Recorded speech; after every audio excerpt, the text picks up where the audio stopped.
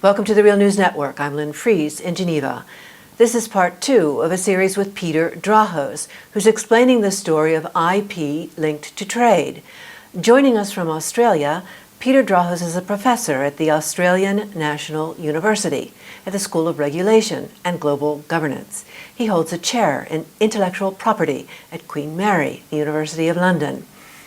Peter Drahos is co-author of Information Feudalism: Who Owns the Knowledge Economy? Welcome, Peter. Thank you. In part 1, you explained the TRIPS agreement as a case study and how trade negotiations fail citizens. That the text of the TRIPS agreement was defined by corporations, and the idea that private power drafts laws that we all have to abide by should worry people in democracies. The TRIPS agreement set detailed standards of intellectual property law that will profoundly impact the ownership of digital technology and biotechnology. Explain why that mattered so much to the architects of TRIPS. They are the big industries, that will shape the 21st century. Futurists talk about the idea of software being incorporated into our bodies. If you read some of these projections about where digital technology will take us, in a sense we'll become hybrids made up of software as well as flesh. And biotechnology will completely reshape our biological universe. So obtaining control over the building blocks of these things means that you control an awful lot. If you are able to gain control of algorithms that control the products that we all buy, the products that exist in our smartphones, the software that runs the internet, the software that will run our fridge, if you can control all of those things or parts of it, that gives you an awful lot of power. And the same is true for controlling the building blocks of biology, of nature. So the further upstream you go, the more power you will have. And that's why intellectual property traditionally, historically, has been very careful about creating the possibility of such ownership. So we see in patent law, for example, a very important distinction. Discoveries should not be owned. It's only inventions. But that line, has become very blurred. So the basic goal is simple enough. Control the building blocks that inform the technologies of the future, and you will become rich beyond the dreams of avarice. Give us an example of how that works. Well, I think Microsoft is an interesting example of a company that understood that the real assets of a company lay not in the hard end of computer technology. So it wasn't mainframes and it wasn't even PCs.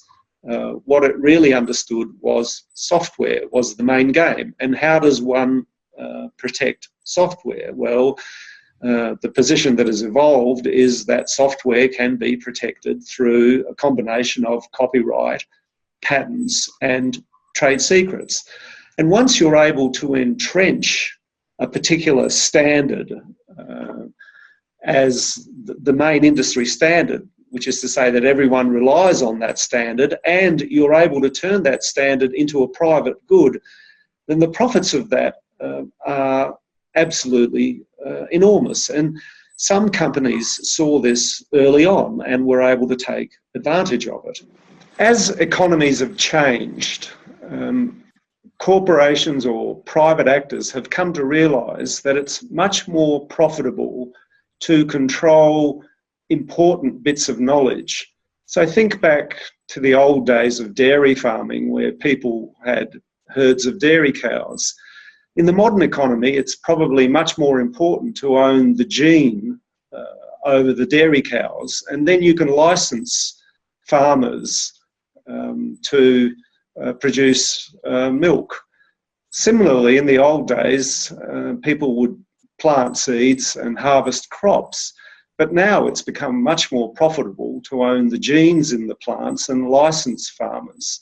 So the economy has, in a sense, shifted in profound ways, and intellectual property permeates things that we don't really expect, such as animals, plants, as well as all of the important bits of technology that drive the internet.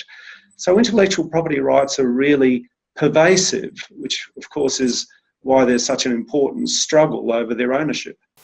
Can you give us a brief wrap-up of the ground covered so far? Focusing on the trade-related aspects, which is part of the title of TRIPS, I think gives us a clue as to the ingenious nature of the idea of shifting intellectual property into the trade agreement. If you want to globalise an agreement, the trade regime is a good way to do it, because almost all countries participate in the trade regime. If you have a look at the membership of the World Trade Organization, it's, I think, now over 160, and more countries are lining up to join. And the other thing that's clever about trade-related intellectual property rights is that it gives it a certain legitimacy that it completely lacks. So if we think about intellectual property rights, what are they really? Well, historically, they're simply monopoly privileges. They are things that the state grants as a temporary, and that's very important to emphasise, as a temporary privilege in order for these privileges to serve the Commonwealth, the greater good. Now, by calling these things intellectual property rights, one disguises the fact that you're handing out monopoly privileges.